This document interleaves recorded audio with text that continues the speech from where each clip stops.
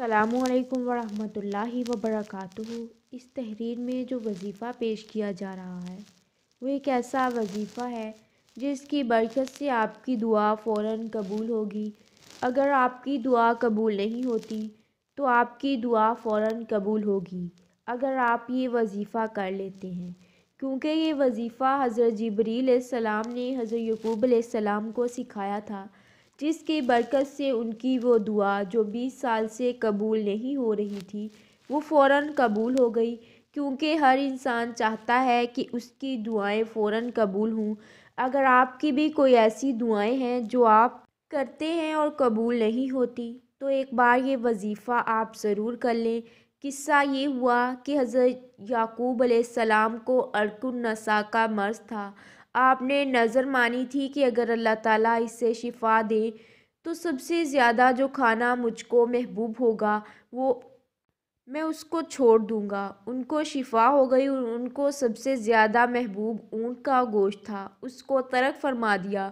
حضرت زید بن حارثہ اپنا ایک گھوڑا لیے ہوئے حاضر خدمت ہوئے اور عرض کیا کہ مجھے اپنی املاک یہ سب سے زیادہ محبوب ہے، میں اس کو اللہ کی راہ میں خرچ کرنا چاہتا ہوں۔ آپ نے اس کو قبول فرما لیا، لیکن ان سے لے کر انہی کے صاحبزادے اسامہ کو دے دیا۔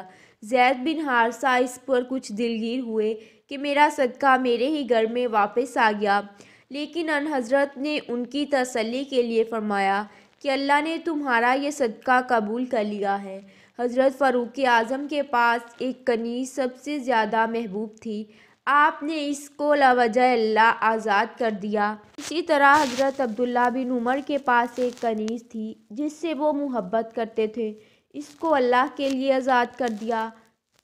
اللہم یا رجاء المؤمنین لا تخیب رجائنا و یا غیاث المستغیثین اغثنا و یا عون المؤمنین اعنا و یا حبیب التوابین تب علینا و علی عبادک المسلمین اجمعین و یا ارحم الراحمین ارحمنا۔ اللہم احسن کا عاقباتنا فی الامور کلیہا و اجرنا من خزی الدنیا وعذاب الآخرہ۔